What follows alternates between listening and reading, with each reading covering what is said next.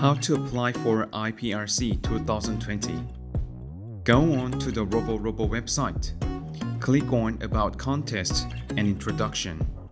After reading the banner of IPRC Online, go on to the notice board, follow the notice in detail, and focus on how to join.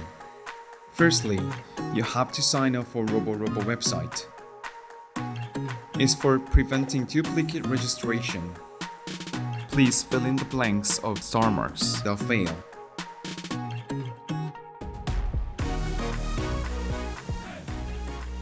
Once you sign up for RoboRobo, back to the notice and scroll down to the bottom and click on the Google form. You have to choose one of the groups. Fill in all the blanks.